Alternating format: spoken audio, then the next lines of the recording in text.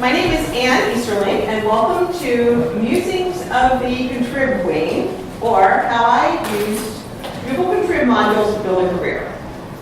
I think it's appropriate that this is the first session of the day, 9 o'clock in the morning, because when I thought of this as a topic, I thought of it more like a coffee clash, people getting together over coffee, because that's usually how this conversation takes place. I started out, as you'll see, doing something completely different, and now I do Drupal full time. And the question is, how did you do that? And so I think of this more as just a conversation between us. I have a presentation, but I'm going to give you kind of a decision point in a few minutes, and you can, we can go through the slides, or you can ask specific questions about specific areas, and we'll choose where we want to go. Fair enough? You in? Yeah. Cool. So, who did I make the presentation for? People who are content editors, who work with developers and, man, this is kind of a pain to do the updating, it's kind of hard to use, I wish I knew how to make it just a little bit better. Or you maybe know a little bit more, you might help maintain the site. I wish I knew just a little bit more so I could kind of boost myself in the eyes of my peers and make a bigger contribution.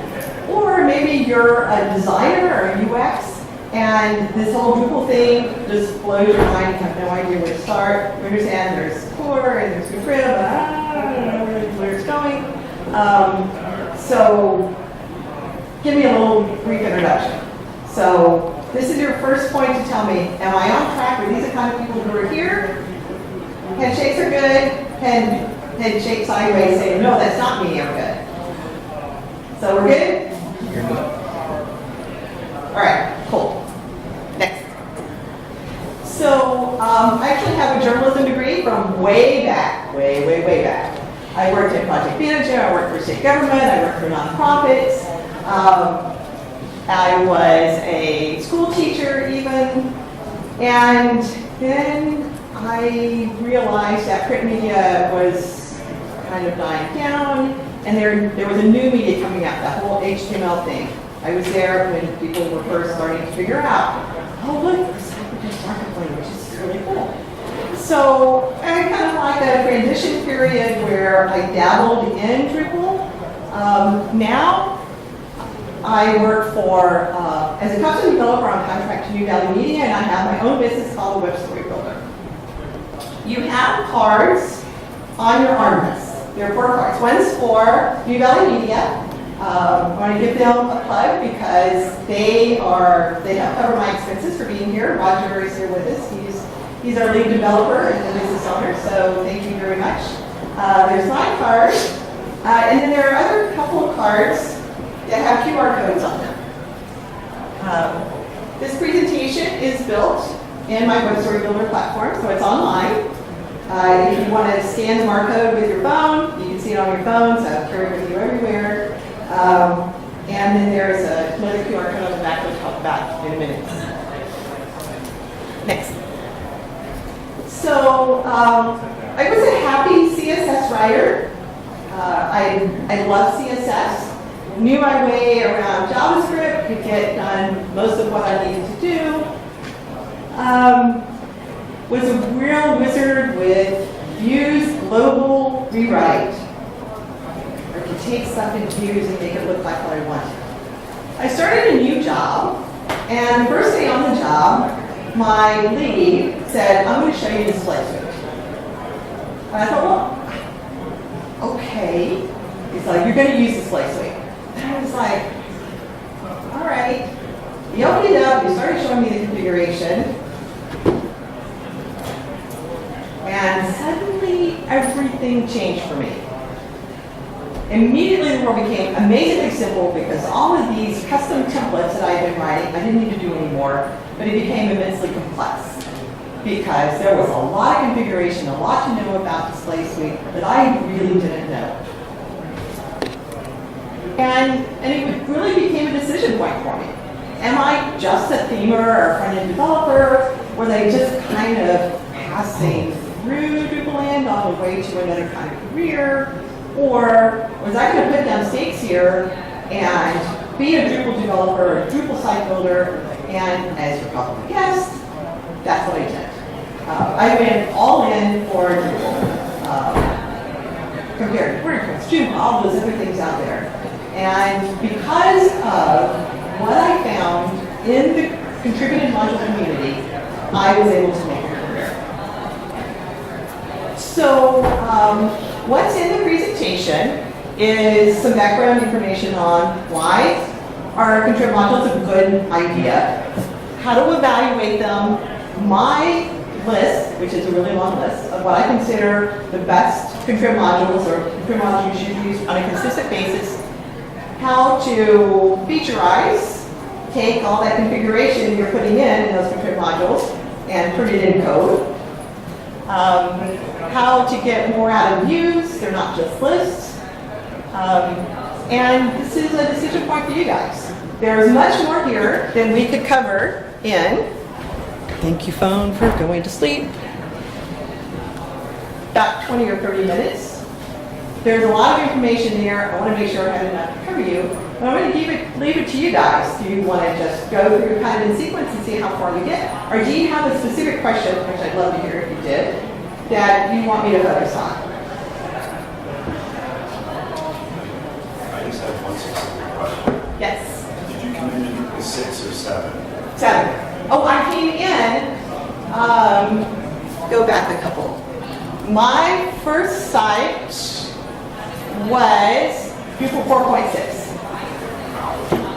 That was my first website and integrated Civ CRM. Yeah. No other Drupals around me at all. Wow. So you felt I just dove in. I read that Civ CRM site page over and over and over and over. Yeah.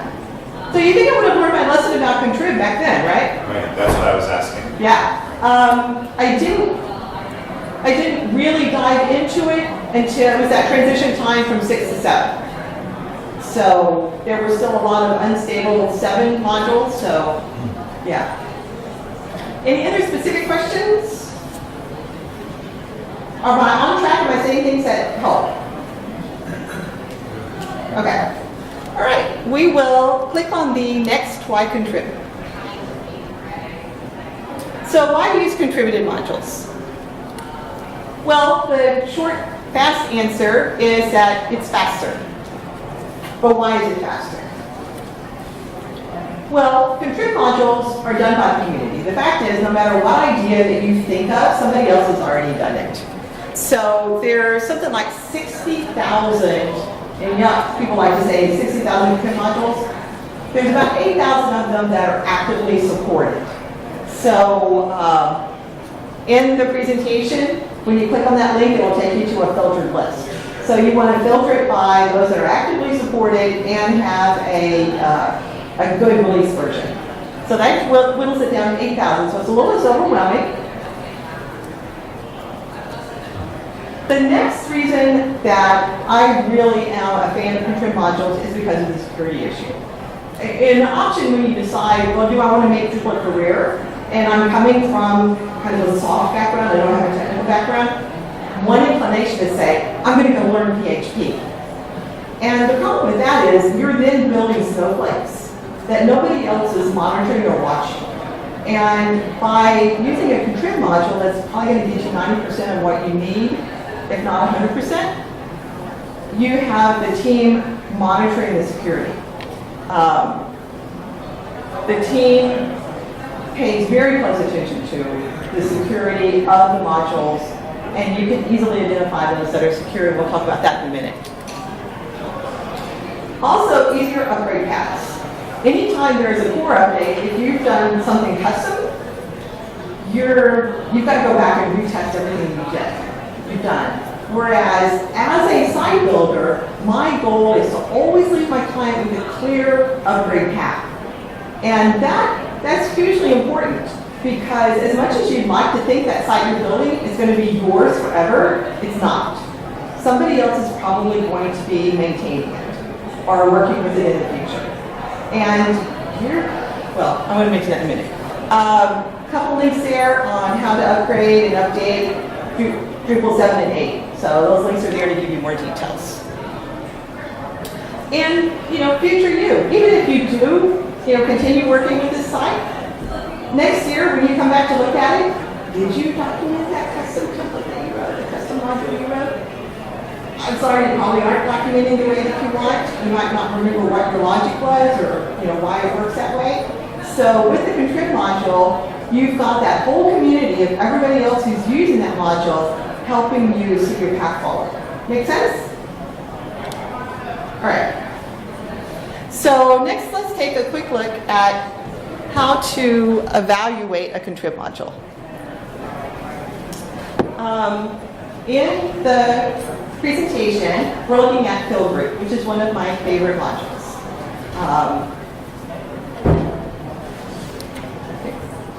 You're going to start at the project page.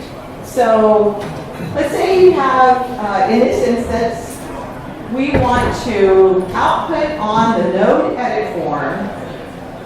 You know how the node edit form, you put a whole bunch of fields in there, and if you don't do something magical to them, the editor just sees this long, giant list of fields, right? When you hit that, that says on the Drupal site, if anything ever does.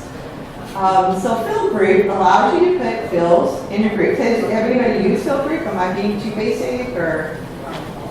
Cool. Okay. So fill groups allows you a lot of different ways to put them in neat organization. So when the editor goes in to use it, it's not just this big giant blob. So that's the one we're going to look at. So we want to group fields on the page. So we found the fill group module. So we're going to go to the project page. The first thing to do is read the description. And then you're going to read it again. Because the first time you read it, you're going to see what you want to see. Oh yeah, this is the song. This is the song. This is it. And so read it again. Make sure that it actually says what matches up with what you want to do. You're going to look for dependencies. You're going to make sure that it matches what your expectation is. Then you're going to cross your fingers and you're going to hope there's documentation. And so documentation link is probably over on the right-hand side. And read the documentation. Sometimes documentation is in the readme.txt file in the module itself. So, if you want to just download it, unzip it, look at the readme, and see if there's documentation. If there's good documentation, great. If it's kind of iffy, keep the little spidey sense going because you may have to do a little more research to determine if this is a nice, stable, secure module that will do what you want. And then kind of make an evaluation. Does it solve the problem that I have? If it doesn't match exactly what you were expecting, then maybe rethink how you were going to solve it. Because sometimes we look for things to solve the problem. We look for the method as opposed to does it solve the problem. So, just kind of double check yourself. Could it get me my end goal? Make sense? Okay. The next thing we're going to do is look to see if it has a recommended version. It took me a while. I can't even tell you how many years it was until I figured out that there's actually a method to the color coding there. So we're looking for the one that has a dark green, because that said it's been out there for a while. There's been some versions out, etc. You'll see a lot of modules, and even on my recommended list, there are a lot of modules that have yellow. Just be aware that you may have to exercise a little extra caution in using them. Development releases are an interesting creature.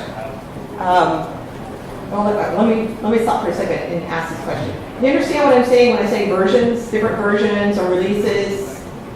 Okay. Development releases are, in some instance, considered experimental, but if there have been multiple patches that have been suggested and approved by the maintainers of the module, but they haven't done a new release in a couple of years, you may want to look at the development module. And at least give it a try, because it may keep you from having to do patches and stuff. Does that make sense? What I'm saying is, sometimes you may have to go to the development module. Right now, I'm using one of my favorite modules. I'm actually using the development module because there's a bunch of patches that I would need to apply otherwise. And it's just easier to get the development module because it's got all those patches. Yes, sir? One problem when using depending on dev modules is that sometimes they sit in clearly development help and then project key basically stops supporting development. Exactly. Thank you so much for that. The next thing we want to look at is it supported? You want to look at under the project information, and again, I didn't even pay attention to this information for years until I realized this is important information. What's its maintenance status? Is it being actively maintained? And I'm comfortable if it says maintenance fixes only. That means that we kind of solved the problem. We're not doing any further development, but we're making sure that anything is screwed up, we're fixing.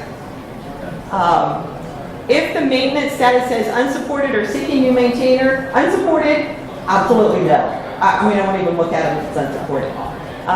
Seeking new maintainer, I'll just kind of look at it. Go to the next slide. We also want to, let's do the next one, and then we'll come back to that. The last commit. Look at when the last commit was. So if you're, if the last commit, feel free, the last commit was a week ago. There are some where the last commit was 2 or 3 years ago.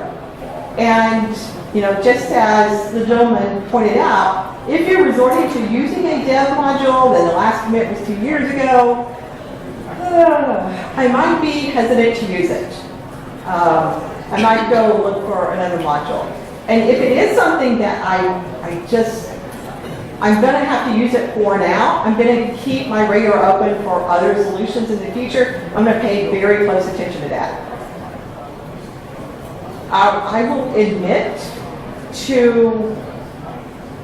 I have the information file, which means I go into the info file and I'll actually change the title of the module to, monitor or patch or, something that gives me a clue that when I look at my modules page, it's really easy for me to see I need to pay attention to these modules. Does that make sense? So, yes, hopefully no kittens die in the process. Okay, so go back to the security. Okay. This probably should be at the top of the list. We want to check and make sure it's secure. Ideally, we want that dark green shield there that says covered by the security module, with security team, and it's monitored and passes. The only problem is that there are some good betas and release candidates modules out there that are good and stable to use that simply because they don't have a stable release, they're not eligible for the green shield. So, just monitor the security notices. And I don't have a slide for this, but every now and then you'll come across a module that has a big notice at the top, and I think it's got a red rectangle about it. This is bad, don't use it. It's violated the security. It has an issue that the security team has identified, and they have refused to fix it. Just find an alternate, don't use it. Because, unless you've got a developer who can help you monitor that, but, just in site building world, stay away from it. All right, so we're going to move forward. All right. One of the last things you want to do is, look at the issues, go over to the issue queue. Again, you're looking for responsiveness or the things that have been there 4 or 5 years that people are still trying to solve, etc. You want to filter by the version. Make sure that the version matches. When I look at the issue queue, I don't just view the open issues, I do all of them. Because I want to see that they fixed a whole bunch of things. That people have submitted issues and that it's been fixed. That tells me that the maintenance team or the maintainer team is paying attention to what's coming in for the community and they're taking care of issues. Does that make sense? I mean, it's the community is what's supporting these modules. And so I want to see that they're really participating. Okay. And then we want to see are other people using it. If it's not being used, then this doesn't mean it's bad, but it just gives me an extra little, okay, there are other people using this. That means that they're submitting issues if needed. So, you know, again, it gives me that community support. So, did it pass? Stable, secure, the maintainer team is responsive, it's trusted. Okay, I'm good. I'm going to use this module. If it doesn't pass that, then I want to create a nice safe place where I can download the module, test it out, and vet it myself. I rarely have to do that, but that is an alternative. If you find a module where nobody else is doing this and you want to give it a go, please don't apply it to your site or even your main dev site. Go create a special development branch just for testing that module out. Does that seem fair? Cool. I told you I'd also tell you how to make sure your Contrib modules are good moving forward after you've installed them. Installed it and it's happy and it's doing well, and you get a notice on your module page that says it needs updating. So how do you know if it's safe to update? Because release to release, sometimes issues can be introduced, and you want to make sure that you're not introducing those issues into your site, right? So not every developer does this, but I always go and read the release notes. If I'm lucky, maybe one of the patches I've applied, they've actually put into the module. Makes me really happy on those days, yay. Then I go to the issue queue. I always wait like a week or two, unless it's an urgent security release. Of course, those get done, right? But if it's just, here's a new feature, or we fix some bugs, I'll wait a week or two, and I'll see if anybody else found bugs in that release. So I go to the issue queue, and I look for bugs on that release, and if there are any that are serious, critical showstoppers, it's just like, okay, I'm going to wait till they fix it, and I'll pick up the next release. Does that make sense? Okay. So that's how I vet Contrib modules. Is that helpful? Any questions? Anything you felt I kind of skimmed over? You have any other questions about? I have one question. Yes. How do you check? We have this like frequency. We have like over 400 modules that we Yes. use. Custom code. Okay. How do you, when, especially for updates, we're very cautious because you install an update and some other module will interfere with it. Right. Or, and 9 times out of 10, turns out to be a module we're no longer using. So we have module load. Ooh, okay. Because I'm the only one who knows if I go through it every period, which I do, because people keep adding modules. Right. It's module load. Yeah. That's a really good point, module load. There's also a tendency when you're vetting modules to go ahead and install the module, try it out, it didn't work, go get another module, try it out, it didn't work. Well, maybe it worked a little bit, but maybe I can find another one that's better, go get another module, and then you do a get status, and you've got 40 modules out of there. So one, discipline yourself when you're doing the vetting of modules. Discipline yourself to, if it doesn't work, uninstall it, remove it from the files. And then I would just suggest doing an audit on a regular basis. That's part of your annual workflow to do an audit. And just as I was saying, look at the release notes and then go to the issue queue, because that's where other people are going to say, yeah, but I'm using this module too, and it's conflicting. You know who's worse at that? I think media does that more than anything else. The media module, I always double check any issues that come up, because the media module touches so many different things, and display suite as well. if you have Display Suite installed with a lot of the add-ons. So your point about interdependencies, huge, because you may actually be the only person that's using this particular combination.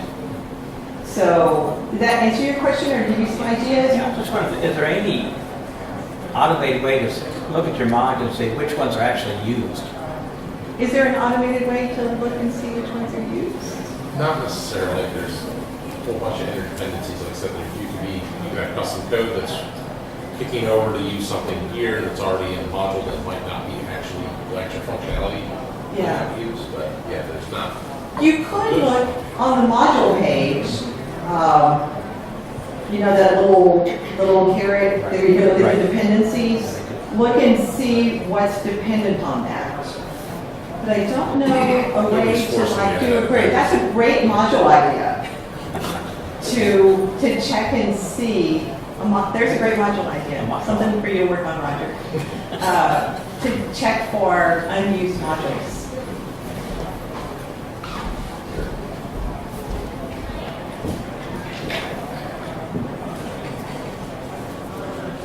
So I don't forget.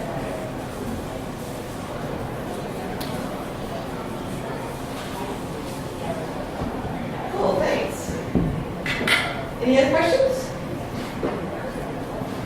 All right. So we have the option to do a whirlwind tour of the essential modules, or you want to talk about features or views? Surely you have an opinion. Tour? The tour. Okay.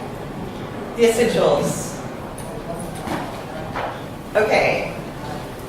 I promise it's not 400 modules, but it's a lot. So I went through the list of modules. I basically went through my module list and a couple of projects that I'm working on, and I put them into groups. So in the presentation, you can there are links to each one of these, and I sort of kind of ordered them in what's most important. I think where you can get the biggest bang for your buck for using some Contrib modules. First, improving the editing. I love film group, multiple selects. You know how in Drupal where if you've got a select field and you want multiple options, you kind of have to do that control click, and that is like really crummy. Multiple selects allows you to, it's a view where it's a select field, pick one. And then you can add another one. And it's another select field. And you can drag and drop them in order. So multiple selects, I love that one. Form element field allows you to put the description above the field. For a front-end person, that is essential. CK Editor, now in Drupal 8. I love CK Editor out of all of the editor options. And conditional fields. This actually doesn't work as well as I wanted to because I wanted to like do some other stuff that it doesn't do. So hopefully, but it allows you, say you've got some fields that you want, they're kind of related to each other. And so if he answers, if the editor says, I want option A, and then, but this other field only applies if option A is selected, it actually hides that other field if you don't need it. That was a terrible explanation. They do a much better job. Information architecture. I love entity reference, number node reference. I love custom entities that you can build with entity construction kit and inline entity forms. Those all kind of work together to support each other. And it allows you, it's the basic concept. Have you heard of paragraphs? You heard the concept of paragraphs, what they're doing there? It allows those kinds of things, but in a much more flexible way. It's hugely powerful. I'll tell you a little feature at the end of the presentation and share some more information there. So just bear with me. There's more information coming on that. That's all. That could be like a whole day. Thanks. Media helpers, I love the media module. It is still only a release candidate. It's not an official module. It's going to fail my evaluation criteria, but I love Medium because it allows you to reuse pictures. You don't have to upload them over and over and over again. And you can have one media field that is a picture or a file or a video or whatever, and then output it however you do. Controlling forms. I love web form, better expose filters on views. Next. Controlling the displays. This is kind of like the holy grail of site building. Once you have your content types or your entity types, how are you going to output them? And on this QR code, this links to this presentation. So all this list is there. Also a fan of making administration easier because I hate doing administrative stuff. So there's a list of my favorites. I love the minimal admin theme. It's responsive, which means if I've got to do something on the fly, I can do it on my phone and actually be able to see admin screens on the phone. Any particular questions about any of these as we go past? Just wave your hand. Yes, sir. Backup of micro tends to be a little wonky. It is a little wonky, and there are lots of reasons why it is. The reason that I like it is that you can automate some backups that go off-site. So if that server blows up and dies, there's something someplace safe that, because a lot of times we build sites that get passed off to a third party, if it blows up, I've at least set them up to be able to recover and they're not starting from scratch. That's really the only reason that I use it. And you use that also for third party. Yeah, the data at my office is we do backup and migrate, but we're like, let's just keep everything we can because we don't trust backup. So would you be using that, so basically like once you hand it off to somebody that they have it in there so that they can handle it as opposed to you? Well, for clients, the clients that we work with, that I work with, a wide variety. Some of them taking the third party, some of them host with me. I don't really know where it is. I have backups from my server, but if, heaven help me, something bizarre happens, I know that I can go over to Notes World and there's a relatively stable database. I can pull something from my GitHub, marry them together, and I can at least be not dead. Does that make sense? Yes. Is it optimal? No. Would I ever do a site without it? No. Because it's just that, it's kind of, if you're in Star Trek land, it's the secondary backup and backup. Right. It's the secondary backup and backup. And that's really all that I use it for. Suspenders, belt, spare pair of pants. Exactly. It is the spare pair of pants. Does that make sense? Any other questions? Cool. What's next on the list? Faster theming. I'm basically a front-end person, so I'll give a pitch for Bootstrap. The Bootstrap Contrib module with the SaaS starter theme is rocking it these days. I am astounded at what these guys have done. I didn't like them for a while. I even had my own thing that I built, but they've done a much better job than that.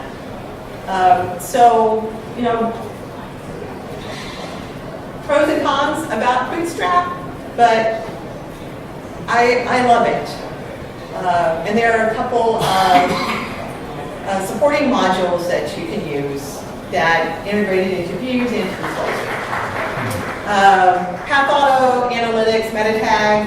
Metatag is also one of those that I don't think they have an official release, but they're very attentive and they're constantly doing updates. It's huge. It's like this big, monstrous octopus. But they're taking on stuff that nobody else will, and they're doing a pretty good job. Better than the WordPress people. Redirect also, I think, is essential. Go ahead. Then there's a bunch of supporting modules that are kind of loose around and about in different ways. I don't use panels and I don't use field collection. So, and there are people who like them and use them, I just don't. They're just not my case. It's not to say that panels isn't good. Field collection I do have a significant issue with. I would definitely recommend not using field collection. We are probably getting pretty late on time. Oh, cool. Or bad. I'm not really sure how to take that. So we have about 8 minutes left. Let's just look at the title for Featurize, just so that they kind of see what we've got here. So in the feature, go to the next one. In the features chapter, it talks about the fact that if you're using Contrib modules, it's all in configuration, it's in the database. And we know a good development workflow is code goes up, database goes down. What if my development environment has that database? How do I get that database up to my production? That's what features is for. Next. It's fairly stable. It requires patience and care. And in this chapter or this section of the website, there's my tips on how to not go crazy. Because you can make yourself cry if you use features without really thinking about it. The key is revert and recreate are not the same thing. Revert goes back to your code. Recreate takes what's in the database and turns it into code. So there's more details there on a good workflow so that you don't cry any more than necessary. Not just lists. In the menu item.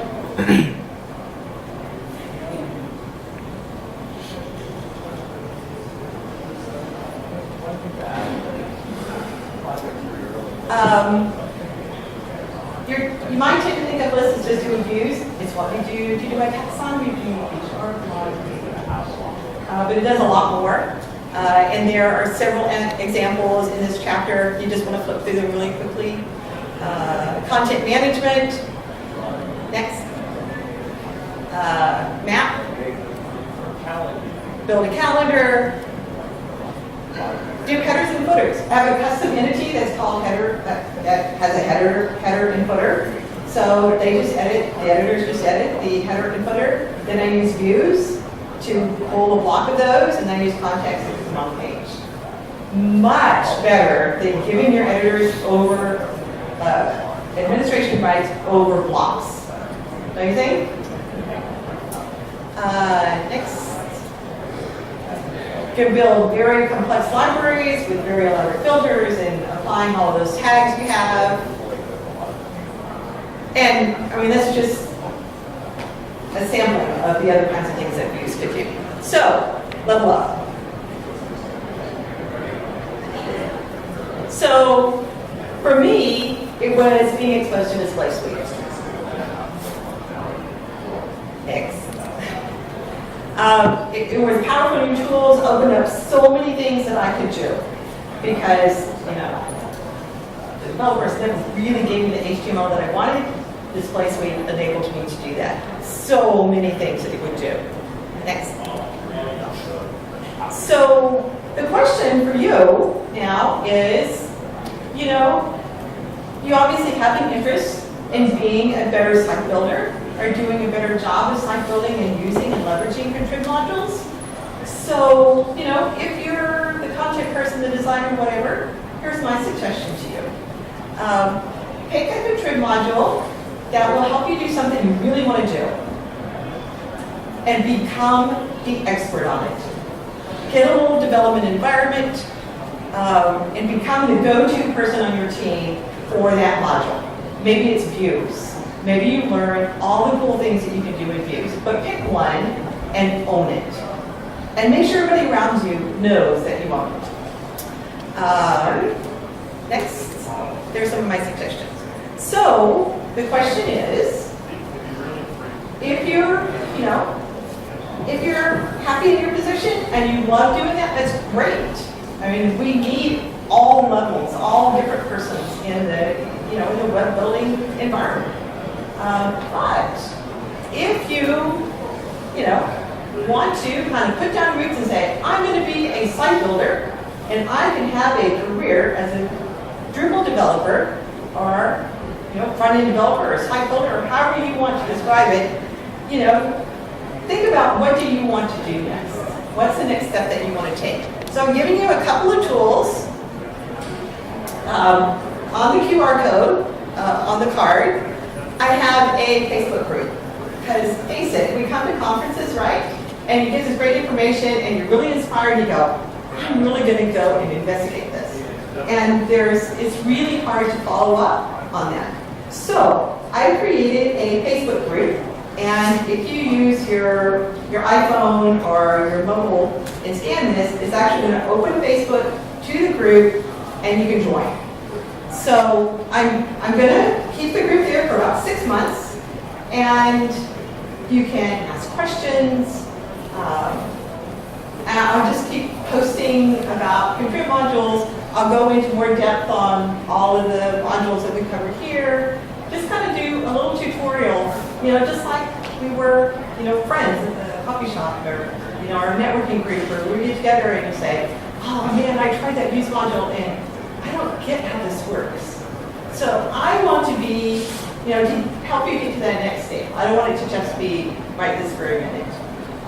There are 2 cards on your armrest, and since we have so many left over, feel free to take them and hand them to people at work or friends or family, you know, and just say, hey, if you ever thought about learning to be a better Drupal user, you know, come and join the Facebook group and, you know, at least check it out. Okay, I'm sure that I'm past my 8 minutes. 2 minutes. So does that mean we're at like 45? 43. Okay, cool. So, any other questions? Seriously? No questions? Present will have well. Thank you. Well, I appreciate you being here. Yes, I sir. can pose one for you. Okay. And I'm just going to take our site, which has gone through a lot of different generations and developers. Yes. The initial one believed that they should code everything and never use a module. If they use a module, they should recode the module. So it's kind of mixed. So we've got a contractor who does our code work. In fact, we install module, we ask them to install module after testing it in the sandbox. Okay, cool. The question is, we also have a back-end site, so we have a lot of integration. How do you reconcile when you have someone who's developing code and someone who's doing module to avoid that collision other than testing?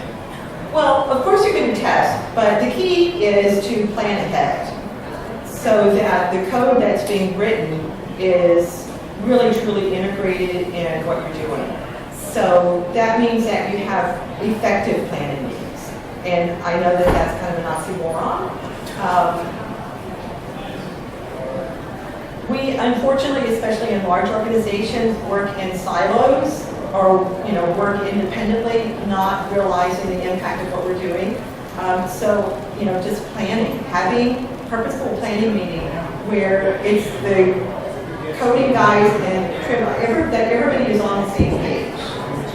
So, I know this sounds like a really simple answer, but sometimes the simplest solutions are really the best ones.